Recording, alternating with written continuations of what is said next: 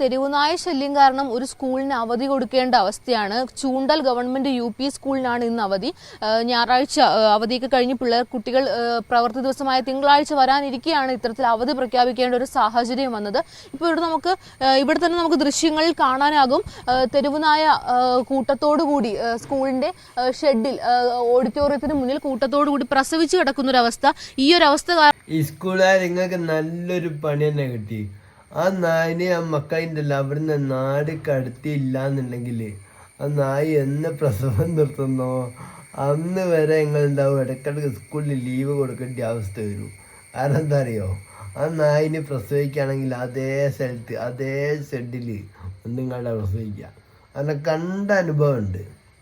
എന്ത് പറയാനാ, നമ്മളെ നാട്ടിൽ നായികക്കാണല്ലോ പവർ, മനുഷ്യന്മാർക്ക് അത്ര പവറില്ലല്ലോ.